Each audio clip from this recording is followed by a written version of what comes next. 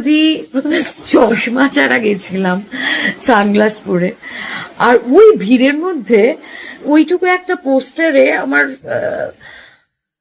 মোদিজির below the বেল্টের দিকে আমার চোখটা যায়নি। কি করবো বলুন তো?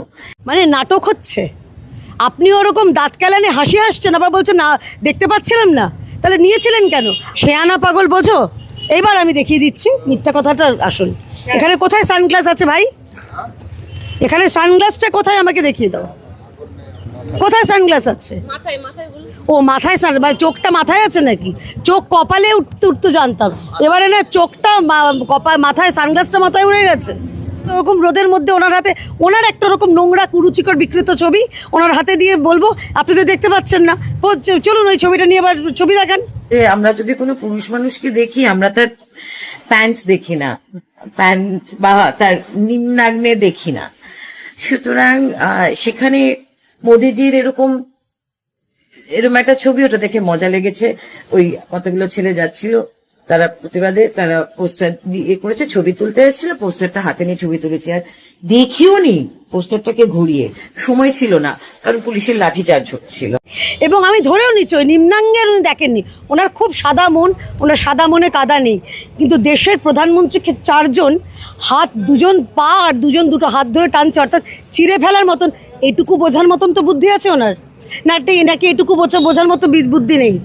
আপনারা বলেছেন যে ভয় আউট ভরসা ইন, তা আপনারা তো মানুষের মধ্যে ভয় ধরানোর চেষ্টা করছেন।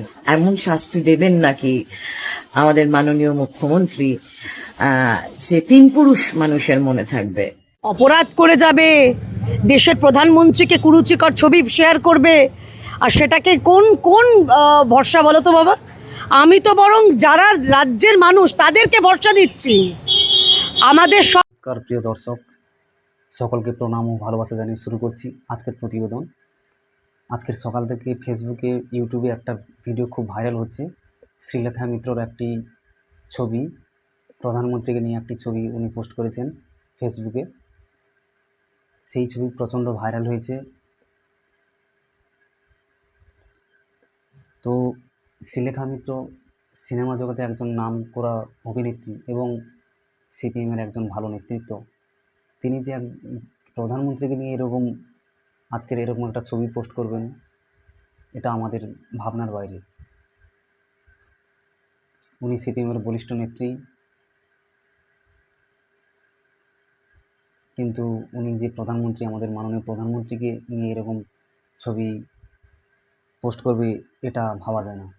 এর কারণে অধিকাংশ বিজেপি নেতৃত্ব দাবি করছে ওনাকে আজকের মধ্যে অ্যারেস্ট করা হোক। আমারও মতে ওনাকে অ্যারেস্ট করা হোক।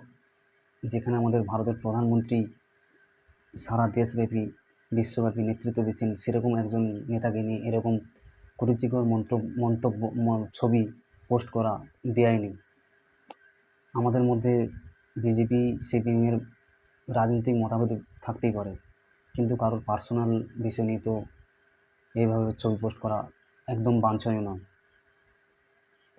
রাজনৈতিকভাবে লড়াই করুন, কিন্তু এইভাবে প্রধানমন্ত্রীর ছবি নিয়ে এটা করবেন না। এতে আমাদের সমাজ কী শিখবে, ভবিষ্যৎ প্রজন্ম কী শিখবে?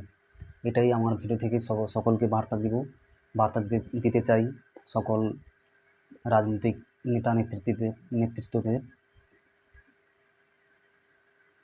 এমনকি বিজেপি নেত্রী কেয়া ঘোষ, অভিনেত্রী শ্রীলেখা মিত্রের গ্রেপ্তারের দাবি জানিয়েছে, মিডিয়াতে আমরা দেখতে পাচ্ছি। এখন দেখা যাক আগামীকাল উনি গ্রেপ্তার হয় কি হয় না। কিন্তু উনি পরিষ্কার,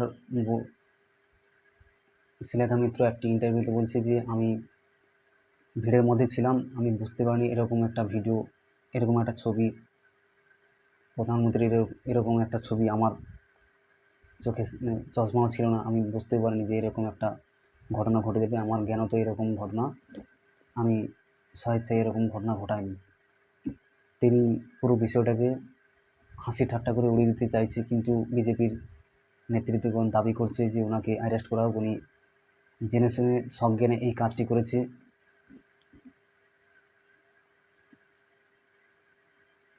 আজকের ভিডিও এই পর্যন্ত।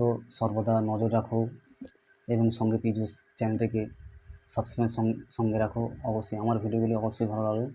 চ্যানেলটিকে সাবস্ক্রাইব করে পাশে থাকবেন। নমস্কার।